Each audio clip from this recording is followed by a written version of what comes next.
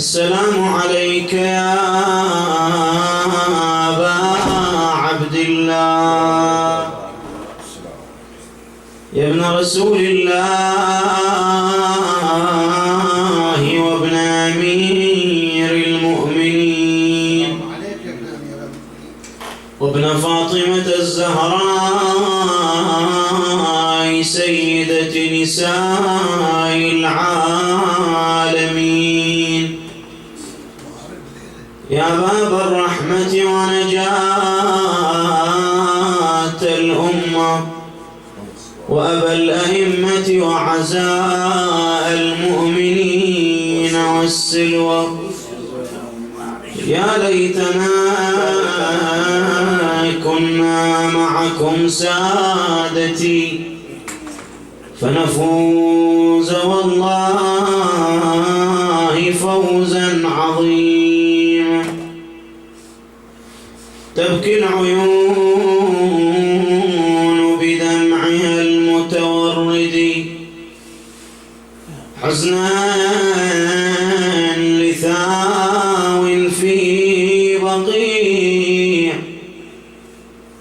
الغرقدي. تبكي العيون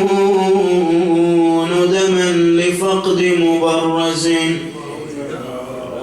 من آل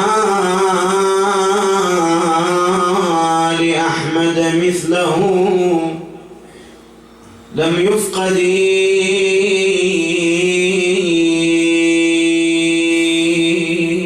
أي النواظر لا تفيض دموعها حزنا لمأتم جعفر بن محمد للصادق الصديق بحر العلم مصباح الهدى والعابدين متهجدي رزء له أركان دين محمد هدت وناب الحزن قلب محمد رزء له تبكي شريعة أحمد وتنوح معولة بقلب مكمد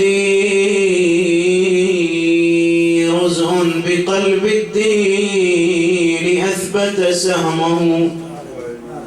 ورمى حشاشة قلب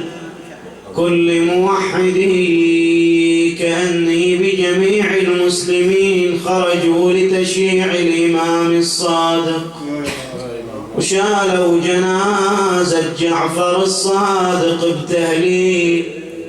والناس من خلف الجنازة تصيح وخلف الجنازة الناس من كثر البكا تفوق وارض المدينة من ضجيج العالم تموت كانها سفينة يا خلايق في وسط موت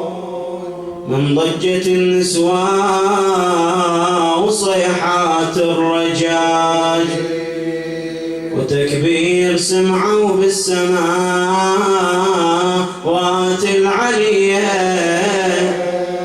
تعظيم لابن المصطفى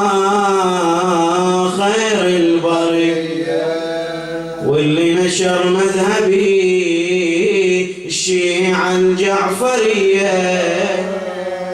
ثامن أولاد أمي الأئمة عفيفة وراحوا إلى أرض البقيع يشيعونه وصلوا إلى قبر الأمين بن الأمين ولا القبر من قبيل آدم حافرينه زاد البكا والنوح والحسرات وموسى بن جعفر نزل في ذيك الحفيرة وتناول الصادق يشيعة من سريرة وصفصف براحاته وصرخ يا مصلي ليه هسه صرت يا ابوي مركز للمصايب ومركز الى كل الشدايد والنواب وانا على فرقاك قلبي اليوم ذايب من ضجة النسوة وصيحات الرجاء